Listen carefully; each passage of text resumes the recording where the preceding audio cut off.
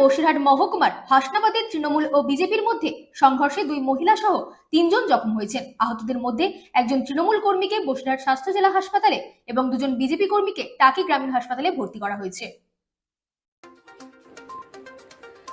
উত্তর 24 পরগনার বসিরহাট মহকুমার হাসনাবাদ থানার রূপমারি গ্রাম পঞ্চায়েতের পশ্চিম খেজুরবেড়িয়ায় তৃণমূল ও বিজেপির মধ্যে সংঘর্ষে 2 মহিলা সহ 3 জন জখম হয়েছে।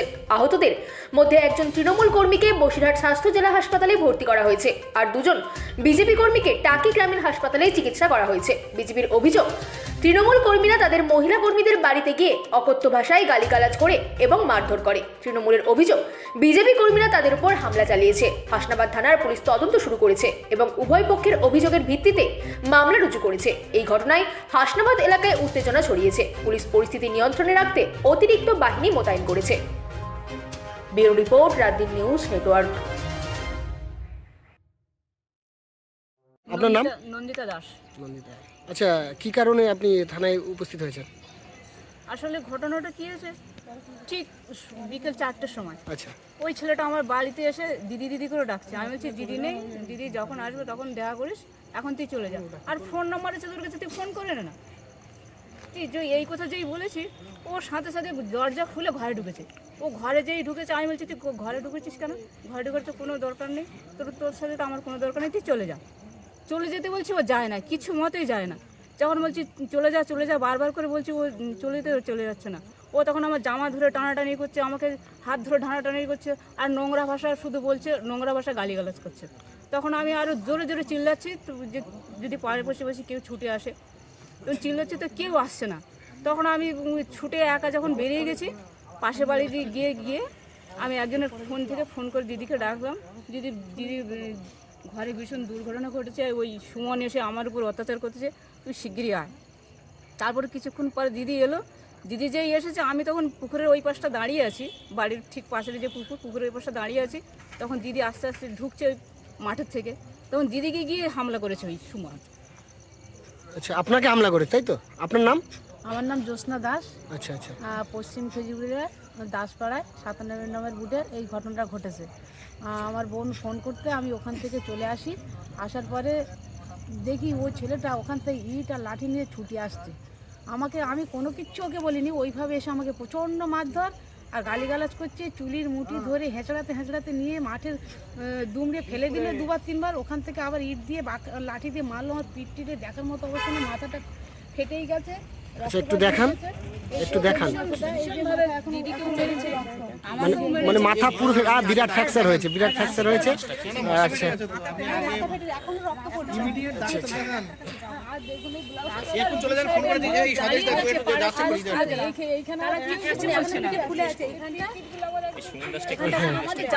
আচ্ছা, আচ্ছা আচ্ছা। যিনি মারধর করেছে ওনার নাম কি বললেন? সুমন দাস। সুমন দাস, হিমাংশু দাস। উনি কে? ওখানকার কি কোনো রাজনৈতিক নেতা? তৃণমূলের গুন্ডা। আচ্ছা, তৃণমূলের গুন্ডা, তাই তো? আচ্ছা আচ্ছা আচ্ছা। ঘটনাটা কি হয়েছিল দিদি? ঘটনাটা ওই যে ছেলেটা হঠাৎ আমার বাড়িতে এসে বলছে যে দিদি কোথায়। আমি বলছি দিদি কোথায় গিয়েছে, আমি বলতে পারছি না ঠিক। হ্যাঁ, আমি দিদি বলতে পারছি না কোথায় গেছে, আসুক তারপরে। আর তোর কাছে ফোন আছে, তুই ফোন করে নে না। আর তুই এখন চলে যা, এখন কী কথা, আমার সাথে কোনো কথা নেই। তবুও জোর করে এসে ঘরে ঢুকেছে। ঘরে ঢুকে আমাকে টানা হাজরা করতেছে, যে টানা হাজরা করছে তখন আরও খিস্তি গালিগালাজ করছে, নোংরা কথা বলছে। আর তখন আমি চেল্লামাল্লি করছি যাতে পাশের লোকগুলো আসে, তা চেল্লামাল্লি করছে তো কেউ আসে না। তখন আমি যা হোক করে ঘর থেকে বেরিয়ে পাশে বাড়ি গিয়ে একটা ফোন করেছি, দিদি তাড়াতাড়ি আমার উপর খুব অত্যাচার করতে চাই সময়।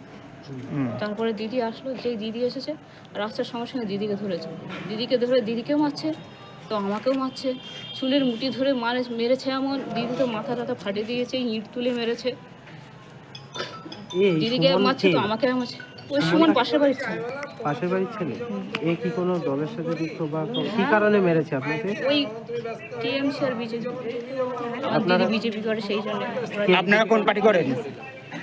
বিজেপি। যে মেরেছে সে কোন পার্টি করে? হ্যাঁ, ও সে টিএমসি করে। হ্যাঁ, তা এখন কি হয়েছে, কি ঘটনাটা বলুন। এখন ঘটনাটা আমার উপরে অত্যাচার করছিল।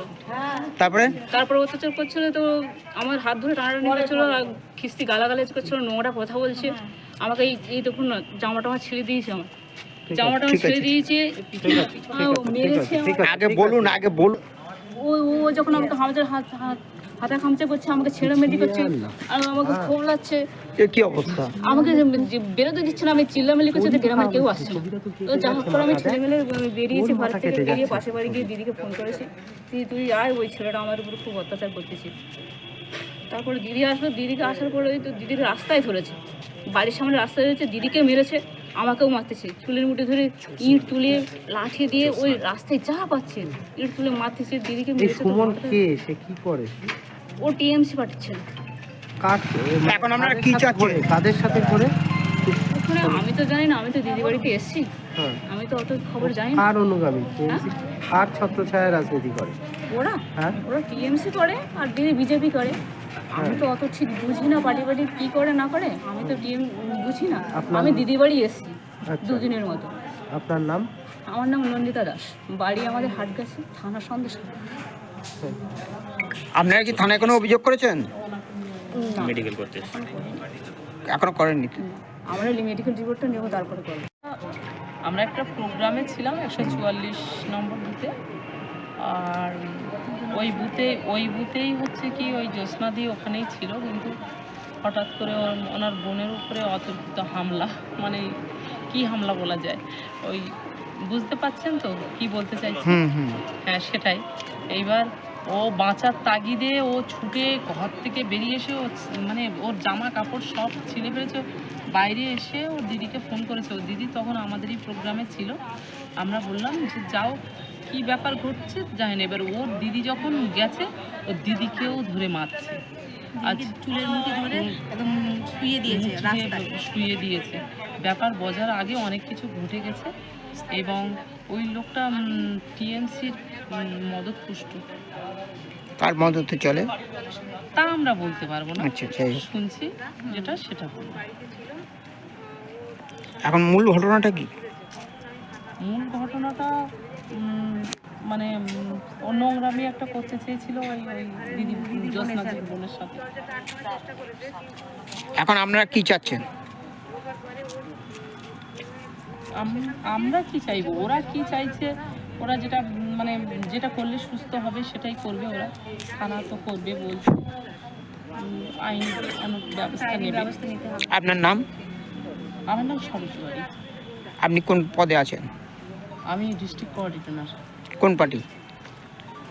ভারতীয় জনতা পার্টি। ঠিক।